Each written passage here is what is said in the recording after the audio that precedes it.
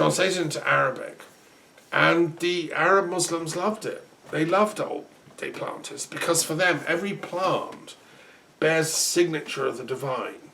You see, Islamic science doesn't do secular science, it does divine science.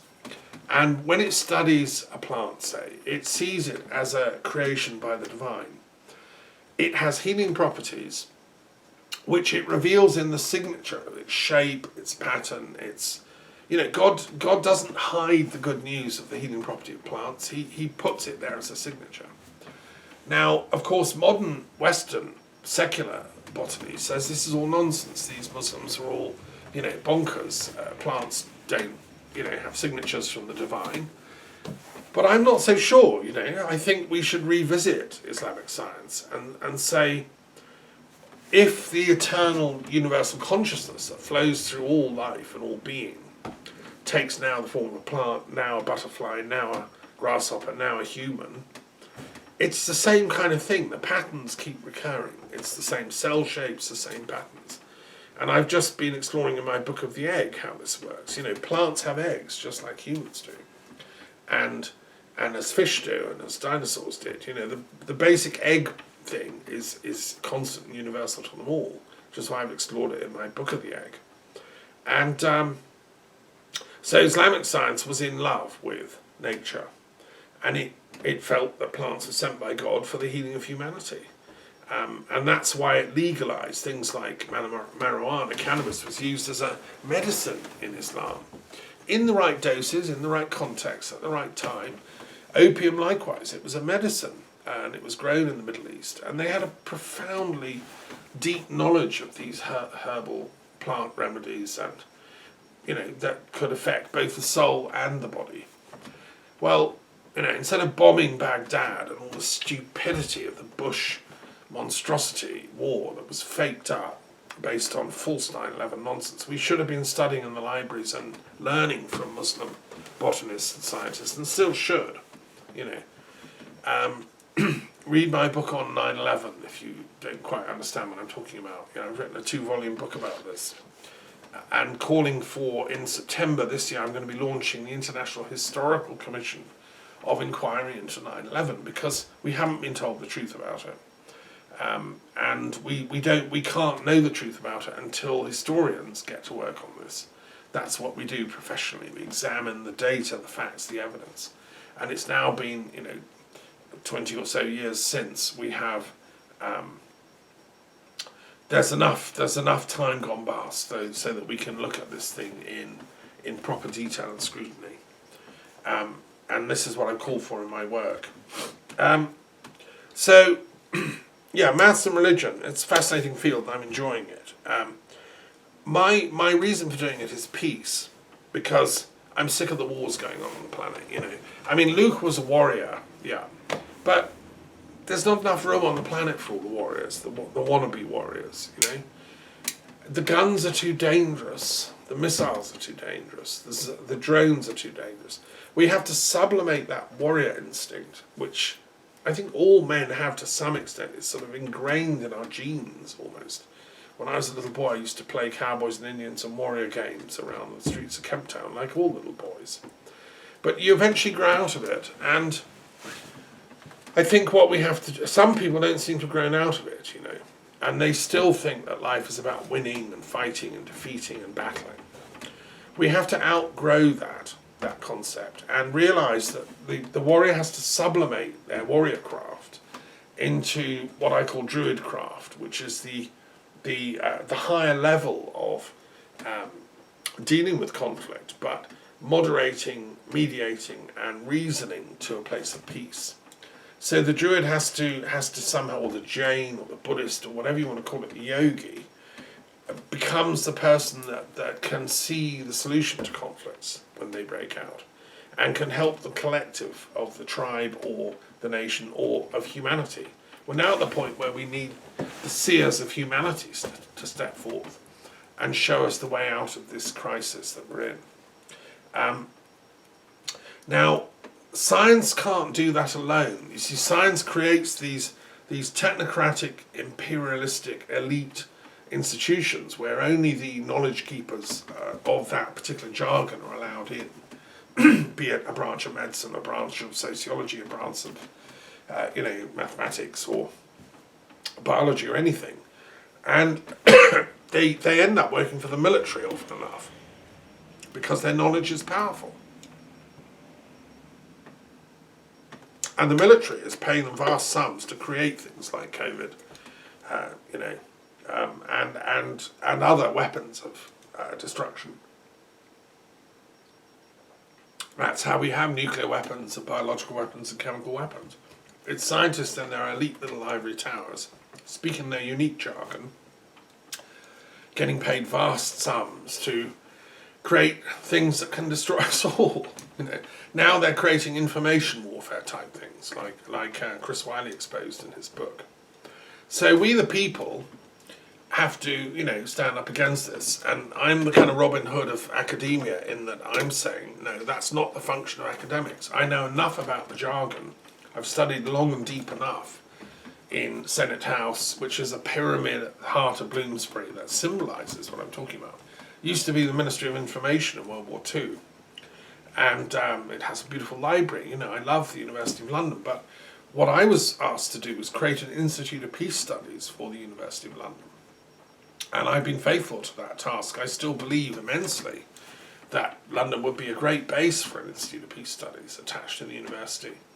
And, I hope before I die that will finally come to pass. I'll lay the foundation stone somewhere in Bloomsbury, because we have to use all the science and all that knowledge that academia has produced over the last few hundred years in science now to think through peace, now to think how to stop wars, not how to win them. Winning them is easy, with the weaponry around now. Winning them is easy. It's how to win the peace that follows the war. This is the conversation I have with Lawrence Freedman, Professor of War Studies at King's, who's obsessed with war studies and winning and gets paid vast amounts by generals that come and sit at his feet and learn how to win.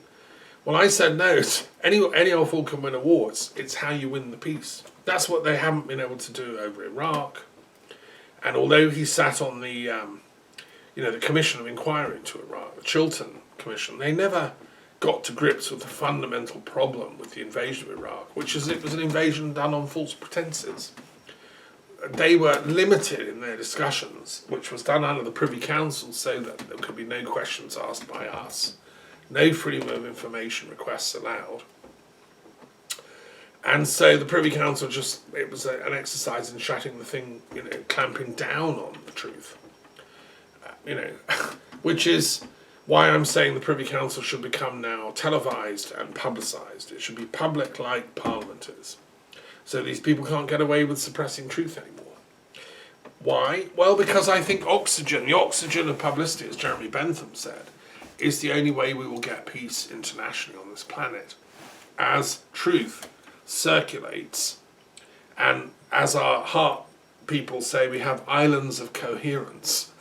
So we have to create islands of truth. You see, once you create an island of coherence, it wants truth, right? Which is the intellectual equivalent of the heart coherence. Because truth is coherence. That's what philosophers have affirmed. My perception, my knowledge, my etc. line up. That's true. That's what happened. Okay, so that's what I'm doing, and it has to be done with mathematical precision. You see, the military, scientific elites who've tried to take over academia and tried to turn everybody into a little robot working in their own little area of knowledge with no reference to other people, and God forbid no reference to ethics. No ethics at all. Just do this, do that, like a robot, right? If you ask why, or is this a good thing to do? Why do you want me to do gain of function on this deadly virus that could destroy humanity if it's released? No, don't ask, just do the thing. That's the silencing that's going on among academic specialists and elites. And that's why it's so pernicious. That's why I've set up Global Green University, which is to counteract that, to be a university where we ask the ethical questions, where we do the joined-up thinking, where we do the interdisciplinary and transdisciplinary thinking.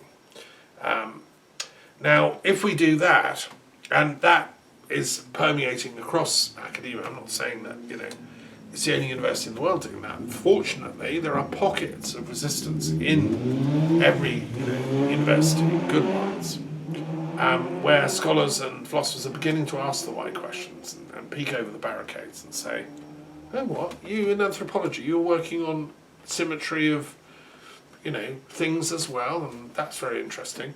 Thomas Piketty, a great intellectual here in France, has just written a book, Capitalism and Ideology, which is very important. It fits with many of the things I've been exploring in my commentary on Das Kapital, and in my book, Being and Knowledge. There's Thomas and I, as two Thomases, we're both holding the banner of the Thomas tradition, which is the Gnostic, doubting disciple, who has to know absolutely the details of what's going on. I mean, I have to say my own work, Being Knowledge, is far broader than Thomas Piketty's work, but Thomas is more focused on the economics of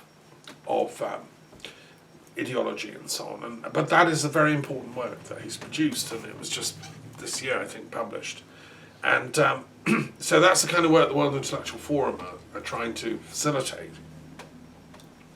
Now, so that's why the science and religion and maths study is so important, is to bring the exactitude of mathematics to study these very complex interreligious conflicts, how to solve them. Because, for my PhD, I wrote about multi-faith mediation, how we can solve these conflicts. And this mathematical project is just an extension of that, because a lot of people in conflict research, including my PhD supervisors, they, peace research, conflict research has got a mathematical element to it, and trying to analyse and weigh the balancing of conflicts and so on. Well, that's what I'm trying to do with religious conflicts, and therefore it's important. Algebra itself, as a symbolic functioning of weighing respective quantities and then working them out, is a symbol of that Islamic theology in Baghdad, where it was invented. The thinking was that God has to balance everything. God is the equal sign in the middle of the equation, and the two sides have to somehow balance, and you come out with a solution. Well, I'm working on the mathematics of religious peace, so what will be the solution? What are the formulae? What are the equations we need to explore so that we come out with the answer, which is religious peace, which is like a universal, acceptable, spiritually based and scientifically based framework, intellectual framework that's broad enough and deep enough to include every single religion within it, and that doesn't seek to dissolve all the differences. No, Muslims carry on being Muslims, Jews, Hindus, and Druids, etc. But that it provides an overarching context of unity in which those diversities can be appreciated, but also sublimated towards a common universal good. And that would dissolve the acid of racism, of me-bestism, make America great, best, all that stuff. And we would be humble with each other. We would say, look, you Chinese, you're brilliant at this, that, and the other. You Africans are amazing at this, that, and the other. Us Europeans, well, we can do a few things. You Americans, you're great at this, that, and the other. So let's work together. Let's get this whole planet on the track of peace, instead of endless war, and me, and ego. So that's the project. It's a mathematical challenge, and if anyone wants the details or to get involved, get in touch. We have some great mathematicians in France. Cédric Villani of the University of Lyon is one of France's great mathematicians. He served on the Science Council for the European Union. And, what I want these people to do is start thinking about a mathematics of peace, which can solve the equations of ideological and interreligious conflict. I don't think Piketty goes into it that detailed. So anyway, that's the good news. So happy Lunar, sir. That's what I'm working on. Do contact me and tell me what you're working on, how we can balance all this out. and how we can bring victory, because Lou brings victory. You know, he did defeat the evil demons, the Bay Laws of his day. We can and we will. Humanity will get through this. We will find out the cause of the COVID and its solution. We will find the answer to religious conflict and warfare. And my commentaries on all these, texts and so on are proceeding. Commentary on the Quran, reaching its conclusion now. I'm in the last days of Muhammad in Medina, and the verses that came to him there, which are more kind of statesman-like. They're more to do with, governing a growing community rather than the earlier sort of metaphysical revelations. So I'm explaining in depth the intellectual and spiritual evolution of the birth of Islam through these revelatory sequences, which I'm commenting on in chronological sequence. It's the first time anyone's written a commentary like this. To my knowledge, I mean, if you know of one, let me know, and it could be someone in Persia or Arabia, 100 or 1,000 years ago wrote one, in which case, please send me a copy. Let's translate it. I'm only doing this because I don't think anyone's attempted anything this vast and this comprehensive before. And I think it's needed for our time, because obviously the Quran is the sacred book to, a billion people on the planet. And I've done my commentaries on the Christian Gospels. And the Jewish Ketuvim, I'm still working on that, There aren't enough hours in the day to do everything, but I do think it's important to take time out every week during my fasting day to give you a little update. And, thank you so much. We've just finished our Mary Magdalene Day, which was wonderful. Brilliant gathering of scholars from all over the world speaking. We'll keep doing that annually. I'm reading a brilliant book by Shimka Jakubowicz, a great Israeli filmmaker and academic and searcher, who I think is in lockdown in Israel, although he's like me, half Canadian. It's an amazing book called The Lost Gospel, and he argues that this text about Joseph and Asenath and their marriage, which is in the British Library in London, an old manuscript, is actually a coded metaphorical discussion of the wedding of Jesus and Mary Magdalene. He wrote this book with another religious studies expert, and I have to say it is pretty interesting and fairly, reasonably conclusive that it might well be what they're saying. So if you're interested in Mary Magdalene studies, as I am, and if you want to understand where the lost goddess went in the Christian story, and if you have a sort of sneaky hunch it might be connected with Mary Magdalene, which is why I set up the Mary Magdalene Society with my friend Amanda Kazan-Radcliffe and others, and we had our first meeting here in 2017, and it's going on annually. So I think that Shimka's really, he's kind of, as usual, light years ahead of the rest of us, and he's already written the book and made the movie. But it is a brilliant study, but it raises huge other questions, about many things. Anyway, that's a book I'm reading and enjoying at the moment. It's absolutely fascinating, and that's in the wake of the Mary Magdalene conference, which was, I think, a great success. Zoom is a good vehicle for in-depth academic sharing, in fact. And it leads to some quite good exchanges. So, I think I've said enough about Brexit. I think you know my views on it by now. And you can look at my constitutional reform proposals. It has to be stopped. It has to be reversed. It has to be put back to the people in the second referendum. And the good forces of the United Kingdom, the good forces of all of us that care, that have a brain, that want to do something, should come together and unite around that common agenda and not be divided. Because that's what I was talking about, the dark forces of militarism do in academia by separating everyone. So it happens in politics, the dark forces that have seized control of the Conservative Party, which used to have some good people in it, they've all been thrown out. We now have non-entities of moral darkness, who are doing things totally against the good nature and right intellect of of the British people. And it will lead to the absolute breaking up. Scotland will lead because they are good, intelligent, kind, sociable people, and they don't want to be part of this nightmare. So there's only a few months left to save the United Kingdom, and I've provided a blueprint on how to do that. So please, if you like this, what I'm saying, and if you understand it, share it, spread it to your friends. Get people involved. You can join my Centre for Brexit Remain Studies, which is a word I coined in opposition to Brexit. And, you can come and let's get involved in working out a common strategy. My constitutional reform proposal is one. I've also written and sent that to every single oppositional leader, including Layla Moran's had sight of that as well, and Ed Davey.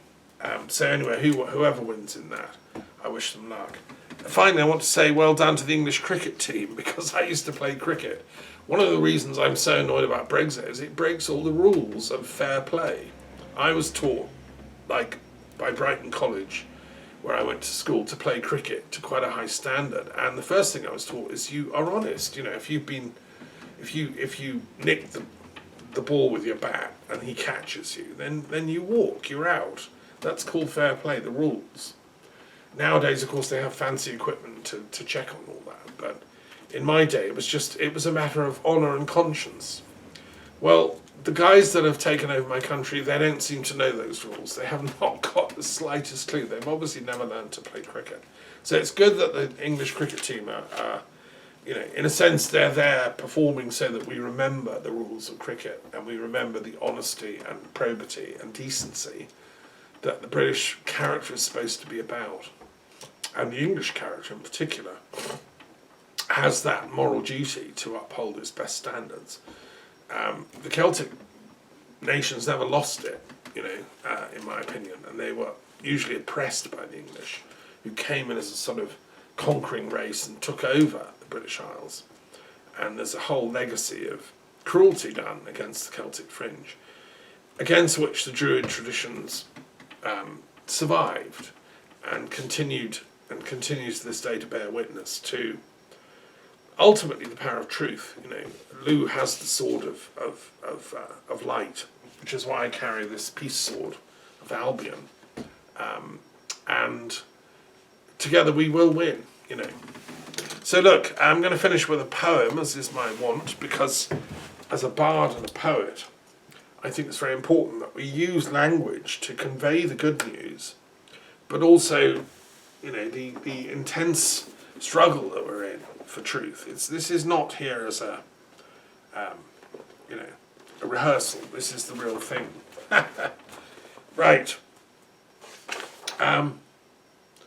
Okay, this is called The Sleeper and the Cave, poem 853.